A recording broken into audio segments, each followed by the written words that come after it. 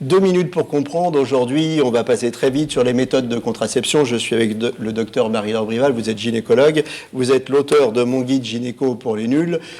Les principales méthodes de contraception. Donc déjà, la contraception, c'est pour éviter l'arrivée d'une grossesse non souhaitée.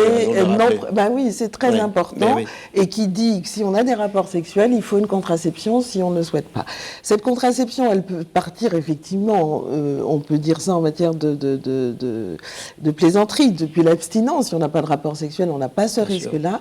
Et puis, d'utiliser des méthodes de contraception. Donc vous avez plusieurs méthodes de contraception, les méthodes barrières, c'est-à-dire par exemple le préservatif, le diaphragme, c'est-à-dire des méthodes qu'on va utiliser lors du rapport sexuel. On s'arrête 30 secondes parce que c'est en même temps une méthode de protection. Tout à fait.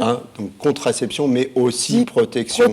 Donc c'est important de faire la distinction parce que c'est pas parce qu'une femme va prendre la pilule, par exemple, qu'on va dire on ne met pas de préservatif. Ça a une autre utilité aussi, le préservatif. C'est essentiel de le rappeler. C'est vrai que le préservatif a cette double fonction et c'est toujours d'actualité, ce qu'on semble oublier actuellement. C'est une méthode de contraception et c'est une méthode de prévention pour toutes les IST. Donc, on a vu la protection, le préservatif. Ensuite, vous avez les méthodes mécaniques, comme le dispositif intra-utérin, qui est le stérilet, qu'on appelle, qui est une excellente méthode de contraception de longue durée d'action, et les méthodes dites hormonales. La pilule. La pilule. Ce qu'on appelle la pilule. Et donc les pilules sont différentes sortes, ce serait difficile de rentrer dans les détails.